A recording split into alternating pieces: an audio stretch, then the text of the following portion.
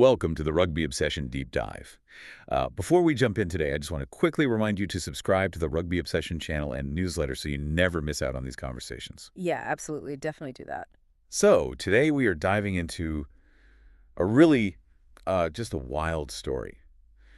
You know when someone abruptly stops a super high-pressure career and then out of nowhere they just decide to come back? Right, like their brain just kind of recoils from the sudden silence. Exactly. Well, today we're looking at 37-year-old English rugby legend Courtney Lawes. It's just such a positive and honestly fascinating comeback story to look at. It really is.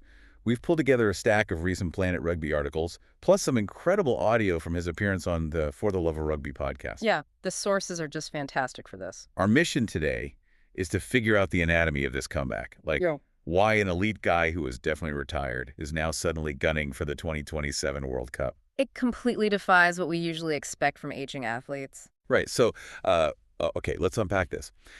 Going back to 2023, England loses that absolute heartbreaker to South Africa. Yeah, that brutal World Cup semifinal. And Lawes had been playing back row for 14 years at that point.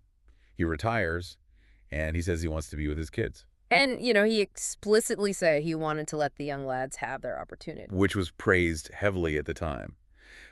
But I gotta say, reading those quotes now and seeing him come back, it feels a little, I don't know, a bit hypocritical, right? Well, I mean, on the surface, yeah, I can see why it looks that way. It feels like handing the keys to a classic car to your kid and then just taking them back a year later because you got bored.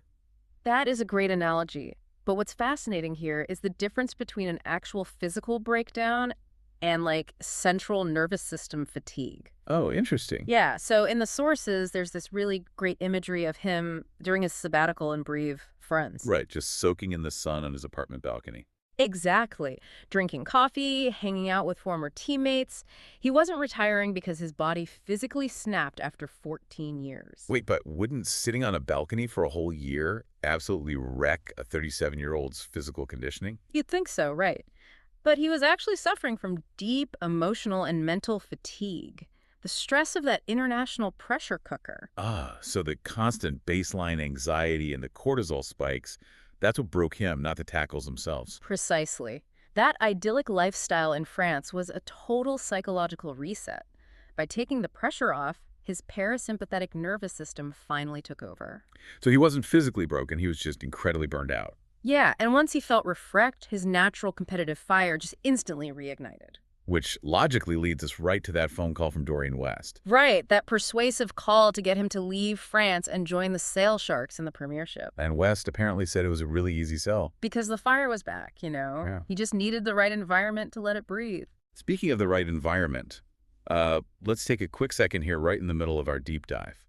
If you are enjoying this conversation, please make sure to subscribe to the Rugby Obsession channel and newsletter. Yeah, and drop a comment below with your thoughts on Lawes coming back. We'd really love to hear your opinions on this. Definitely. So, okay, he goes to the Sharks, but he's 37 now, and he's actively targeting the 2027 World Cup in Australia. Right, which is less than 18 months away. And he'll be pushing 39 by then. But his stance is basically, who cares about your age? It's about how you perform. He is super defiant about that metric. Age is just a suggestion to him. But here's where it gets really interesting.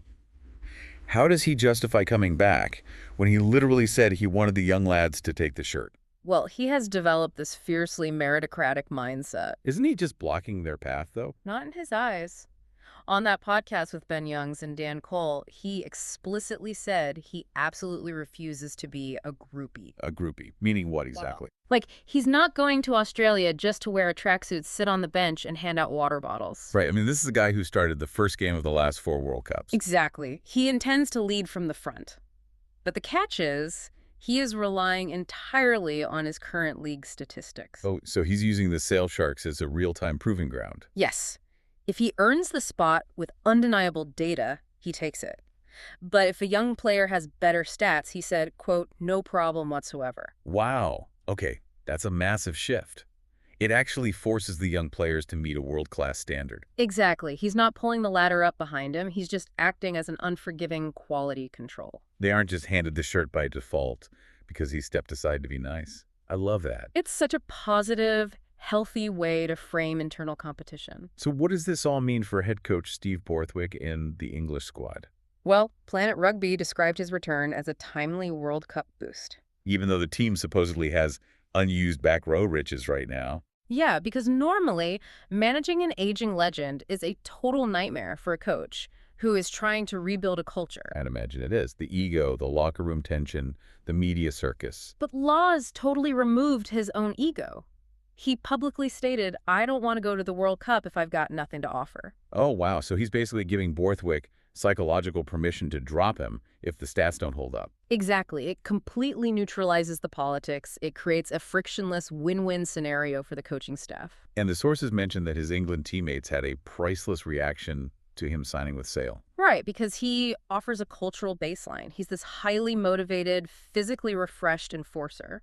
So distilling the takeaways for you listening, this whole journey is really a masterclass in self-awareness. It absolutely is. Recognizing the difference between being broken and being burned out and knowing when to step away to avoid stagnation. And then having the sheer competitive courage to come back and demand to be judged strictly on today's performance, not yesterday's legacy. Yeah, it takes a lot of confidence. And it actually leaves me with this final provocative thought for everyone to ponder. Oh, let's hear it. If a 37-year-old athlete can take a sabbatical, physically and mentally reset, and return to international rugby with even better statistics, are we completely misunderstanding the traditional expiry date of the human body? That is a staggering thought.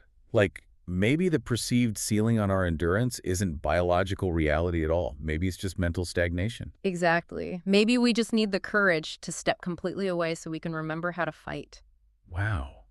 Well, thank you for listening to the Rugby Obsession Deep Dive. Yeah, we really appreciate you spending this time with us today.